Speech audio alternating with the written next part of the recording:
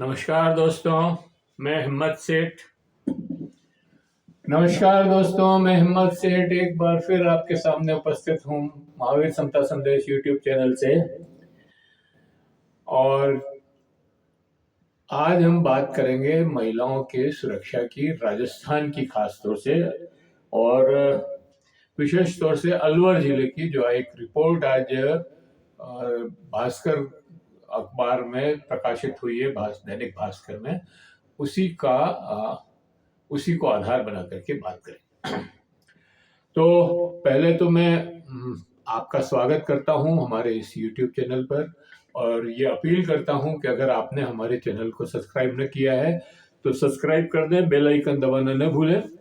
और अगर वीडियो अच्छा लग रहा है तो लाइक करें, फॉरवर्ड करें और लोगों को भी बताएं। और कमेंट बॉक्स में जाएं, कमेंट लिखें, सुझाव दें। आपके कमेंट और सुझाव हमें और बेहतर करने की ओर अग्रसर करेगा।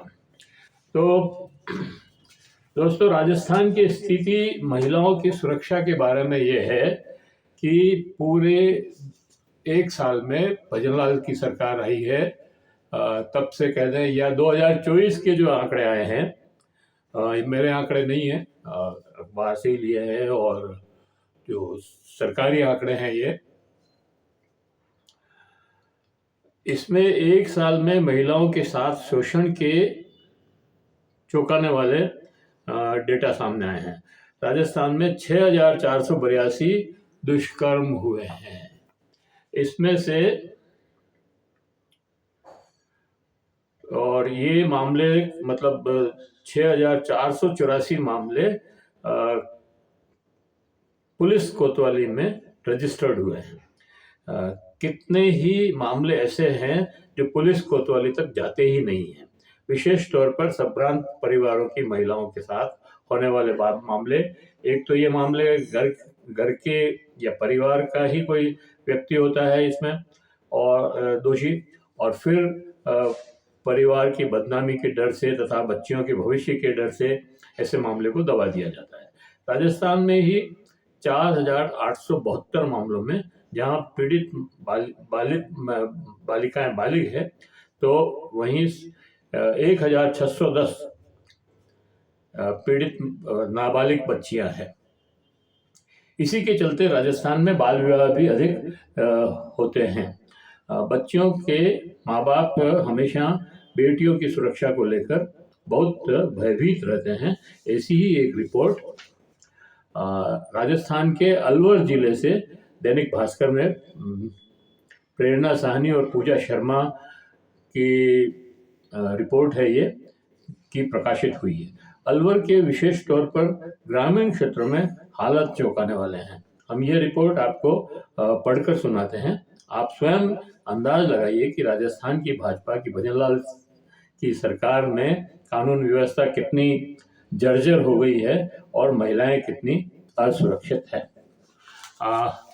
इस इंट्रो के बाद मैं ये रिपोर्ट पढ़ता हूँ जो प्रेरणा साहनी और पूजा शर्मा ने लिखी है, और अलवर में ही ये भास्कर में ही की ही रिपोर्टर है शायद ये, और उन्होंने इस रिपोर्ट को भेजी है।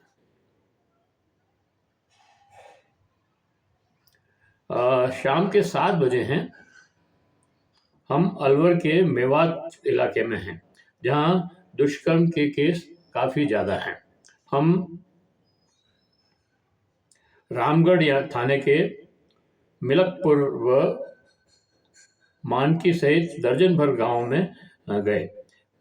माहौल में अजीब सा डर और बेचैनी है। यहाँ उजाले भी इतने ही डरावने हैं जितने रात के अंधेरे।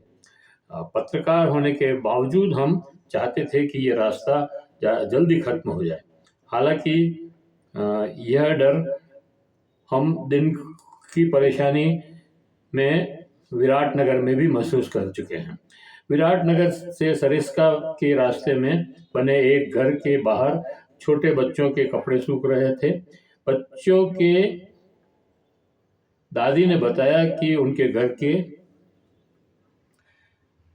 1 से 7 साल की 4 पोतियां हैं, लेकिन चारों को वे लड़कों के कपड़े पहनाती है, क्योंकि उन्हें कोई भी देख ले तो लड़का ही समझे। ऐसी ही स्थिति तिजारा क्षेत्र में देखी गई। कितनी भयंकर स्थिति है, आप देखिए। यह चिंता हमें मेवात के ज़्यादातर परिवारों में नजर आई।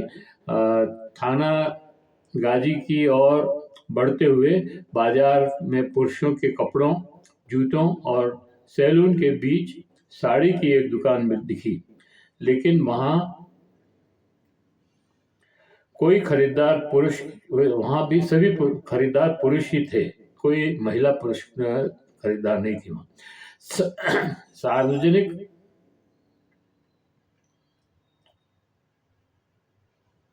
सार्वजनिक जगहों पर महिलाओं की अनुपस्थिति हमें चौंका रही थी।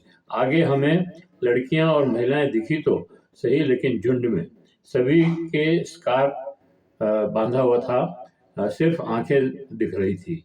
वहां खड़ी खाली टेम्पो की जगह भरे हुए टेम्पो के इंतजार में खड़ी थी। मतलब इतना डर था कि वो खाली टेम्पो में बैठ करके भी वहां से नहीं जा रही थी। भरे हुए टेम्पो की इंतजार कर रही थी कि कुछ दोस्त लोग बैठे हों, उसमें जाके बैठे।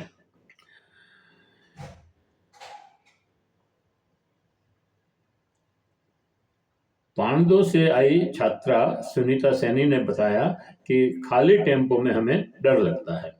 हम मांदरी गांव पहुंचे, जहां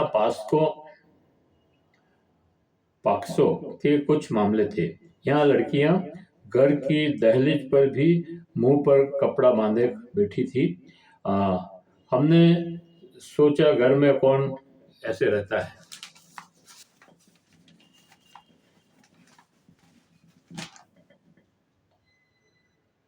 आसपास नजर घुमाई तो कुछ घरों की खिड़कियां इस तरह ढकी हुई थी जिसमें नजरें तो क्या, रोशनी और हवा भी नहीं पहुंच पाती।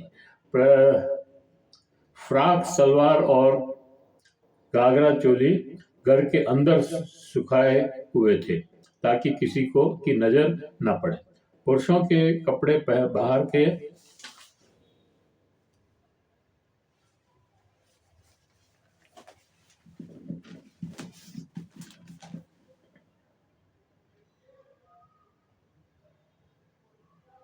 बाहर ही सूख रहे थे। ये महिलाओं की अपनी सुरक्षा व्यवस्था है।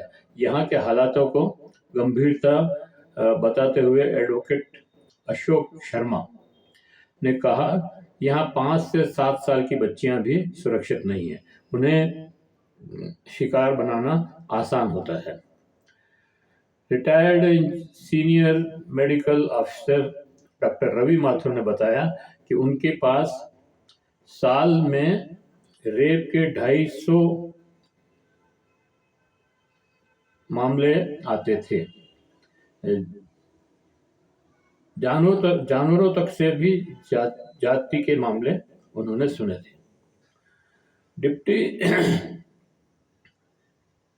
Deputy SP special intervention unit for crime against women in charge doctor Poonam Chauhan बताती है कि कुछ महीनों में मैंने 70 से ज़्यादा पाक्सो केस देखे हैं। हालात तभी बदलेंगे जब हम लड़कों को समझा सिखाकर संवेदनशील बनाएंगे। तो ये एक रिपोर्ट है।